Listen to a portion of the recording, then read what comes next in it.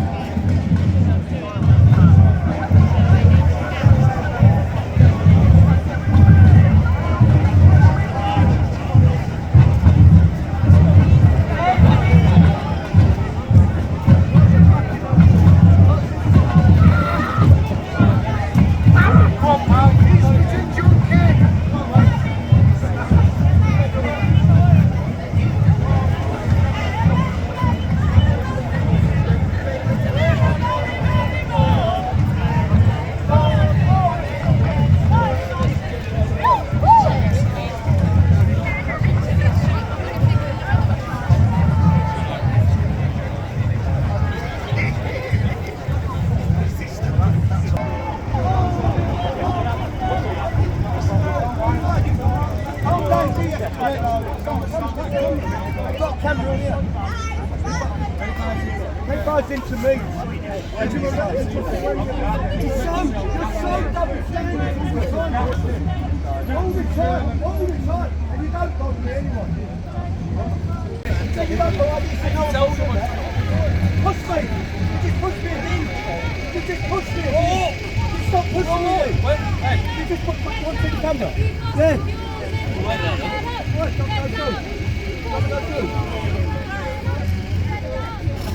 Unbelievable. I don't care. Why should I wait for these?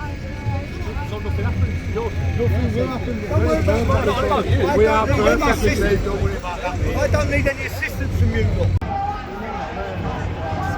Excuse me.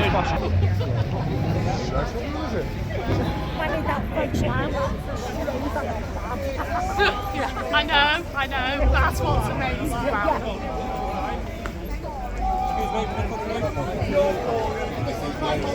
This is my hobby. Looking at dirty leftist snowflakes like you and laughing. Looking at fucking weird little weirdos like that. Looking at some of those pretty little cunts. I know, wash your hair, you fucking greasy head tramp. Go on then! Englishman! 4 men! I know, yeah. Looking at fucking leftist snowflake. Keep walking. Walking, guys.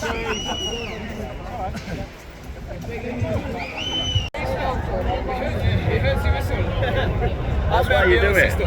No, you whistle, that's it. Right, so check it back.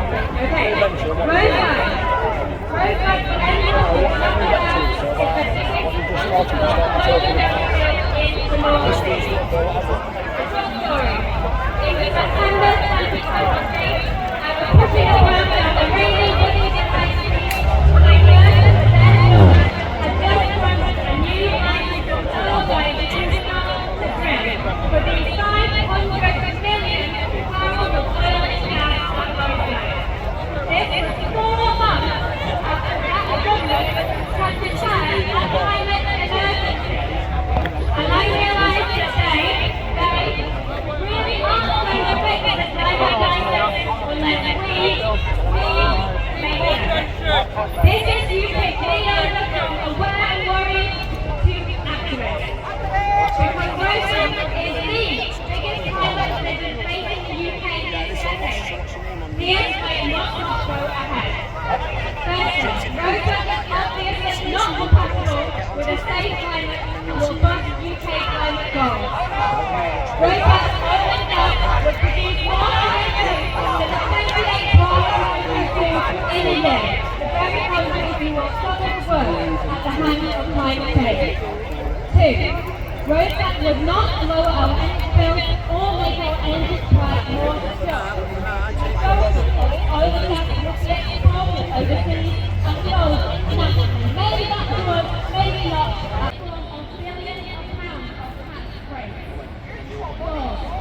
We know that hundreds so urgently needed and demanded by these workers. We have, who's counting, 5 days left to make our voices heard on this issue. Please, if you care about the future of this planet, be part of the we. Go right home today and write to your MP. There's certainly some people behind us that are very angry for some reason, and it seems that they don't have any friends and have to live stream because they've not got any friends. So we're all here with friends now, aren't we?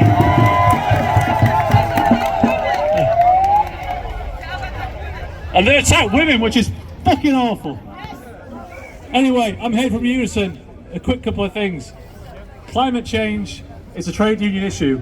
Always has been. The environment always has been a trade union issue. You may think that terms and conditions and working conditions is just about what you get in your pay packet and where you work. But climate change is your working conditions. The earth is your working conditions. If you go home and your house has been burnt down by a wildfire or flooded after a catastrophic storm, that is because of our economy and capitalism and the fossil fuels that are used to power it. So we must change now, and we must transition to a green economy which is for workers, owned by workers, that isn't in the thrall of fossil capitalism. One guy, oh, I'll take that. I will finish very quickly saying, if you're in a union, if you're not in a union, join one. Become a green rep in Unison if you're in Unison. Get involved and let's make this a green economy for everyone right now. Thank you very much.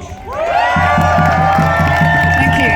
Thank you so much for showing up today and being part of this powerful moment of global solidarity for climate justice. We stand alongside the people that are taking action across the UK today and in over 90 countries across the world. And we want to send a message to the people on the front lines of the climate emergency and say that we have not forgotten you, that we stand in solidarity with you. So this is to the people in Jamaica, where Hurricane Melissa has wreaked devastation and death. This is to the people in the Philippines that have seen death and destruction this week through Typhoon Fong. And we say this to people everywhere that have seen climate disasters year after year after year that are getting more intense, more frequent, more destructive and more deadly. And every time disaster strikes, countries face another injustice, and that is through debt. Because countries on the front lines of the climate emergency are also in a debt crisis, paying 5 times more in debt than they can on climate action. And it only takes a climate disaster like floods and typhoons to push countries into further debt as they borrow to pay for rebuilding and reconstruction. And so the vicious cycle continues. Now, the climate emergency is not an accident. It was created by rich countries and corporations through centuries of colonial extraction, industrialization, and pollution. And in the meantime, they've made huge profits and huge wealth off the back of burning fossil fuels. And so they need to be taking responsibility. And they say they are taking responsibility, but they're doing it through piling on even more debt. If I burn down your house and I offer you compensation by giving you a loan, it doesn't take a genius to work out that is not compensation. That is just living daylight robbery. And this is what's happening. Climate finance is being provided in the form of loans. And last year at COP, they locked this injustice in place. And that's why we're not going to back down. We're going to keep demanding climate reparations. We're going to keep saying cancel the debt, because there can be no just transition away from burning fossil fuels without the fair finance to pay for it. Sacrificing the lives of brown and black communities across the world has never been and will never be acceptable, and we will not stand for it. So we want to say this loud and clear to COP30 in Belém in Brazil, that debt is not climate justice. Loans are not climate reparations. But let's say, what is climate justice? Climate justice is about rich countries and polluters paying their climate finance in grants, not loans. It's about making polluters pay, and it's about cancelling the debt. Because climate justice is debt justice, it's racial justice, and it's economic justice. Thank you. My name's Alison. I'm from Stand Up to Racism. We gather today in the centre of a climate catastrophe. We know this, and it's unnatural. The science is accepted, it's been known for decades. And while we stand here, millions are displaced because of climate change. They are displaced from floods, from extreme weather, from famine and desertification, from droughts and hurricanes. The most vulnerable communities in our world are hit the hardest, and they're the ones that have contributed the least to the crisis. I'll give you an example.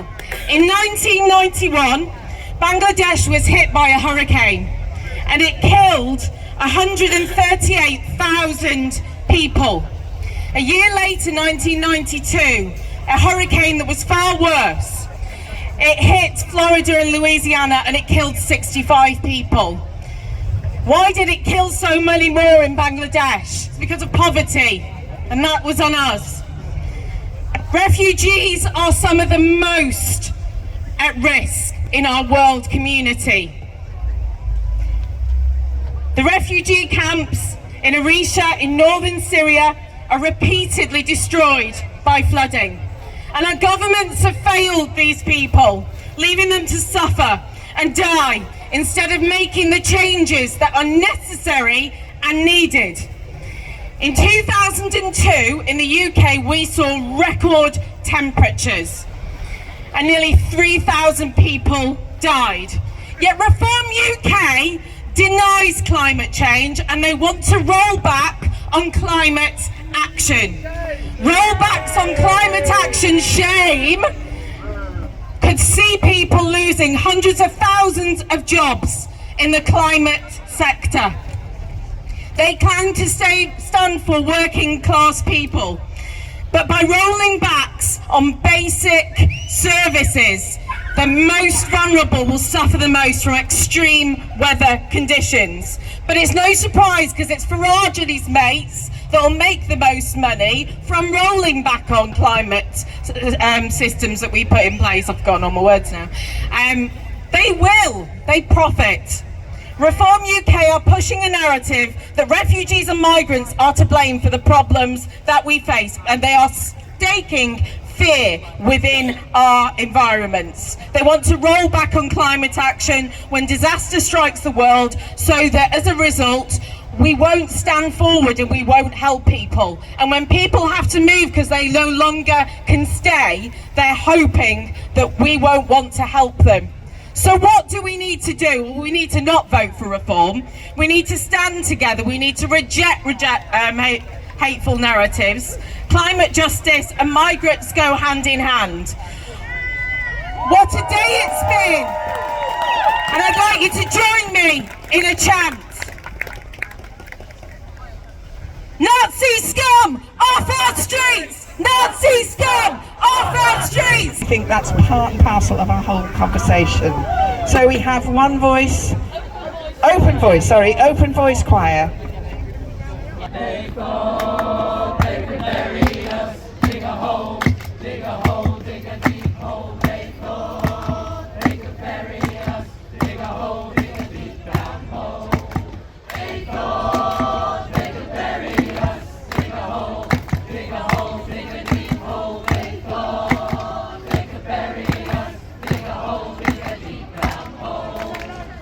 They didn't know that we were seeing.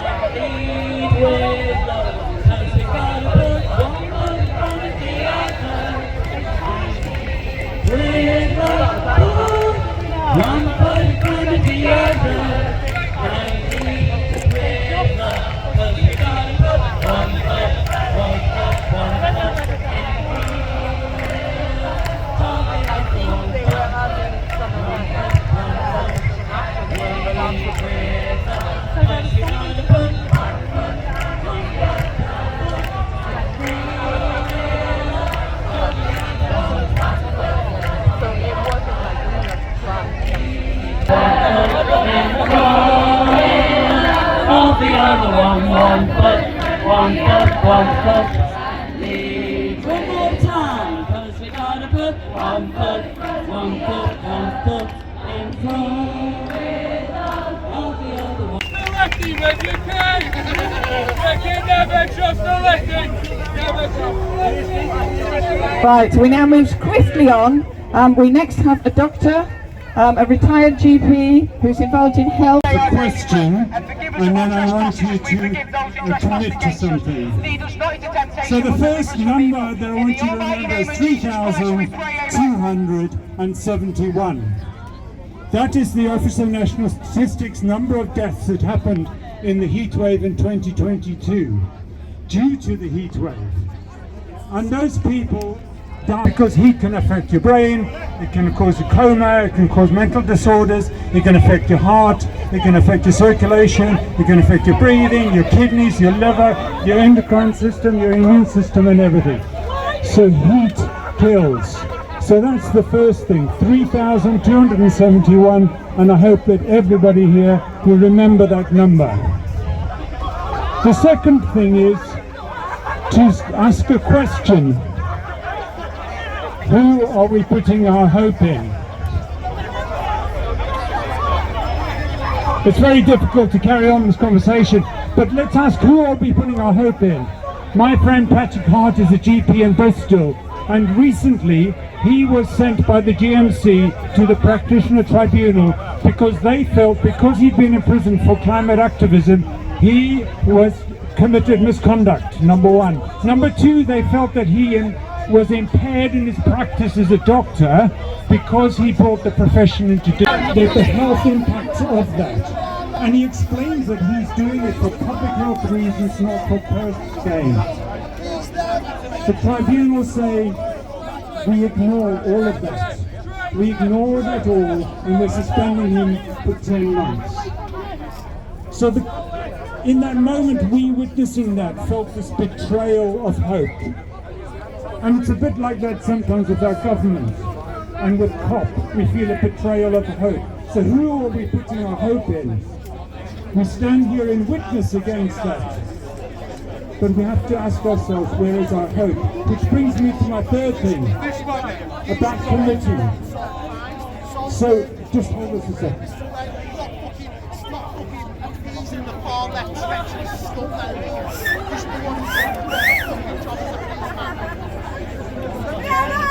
I'm having to ask myself, what is the health service of the future if I take off that old image of the future? And I'm asking this, and I'm wondering if these three words can maybe lead us somewhere, because I'm thinking about it in terms of what might the future health service look like. I'm thinking of humility. Humility. How can we imagine a health service that is grounded not in 3,271, the number of deaths due to the heat wave in 2022. Tell your friends in the pub, the climate deniers, that number. That is the reality of the situation.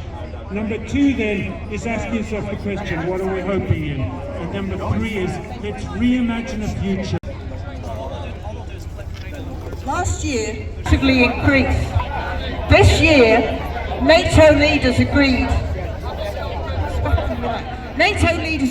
to increase their spending to 3.5% on weapons and armies and another extra 1.5% on associated costs. Next year, the US. We are united in our pursuit of justice, and these attempts to fracture us are tools of the oppressor which we must reject. Glory to our martyrs and glory to the Palestinian resistance fighting on the ground in occupied lands. They have sacrificed their lives in defiance of settler colonial oppression, and glory to all who have put their liberty and livelihoods on the line, even here in Britain, taking direct action against complicit organisations and weapon manufacturers, much like Elbit Systems. We will not rest until we see such profiteers shut down once and for all. As Palestinians,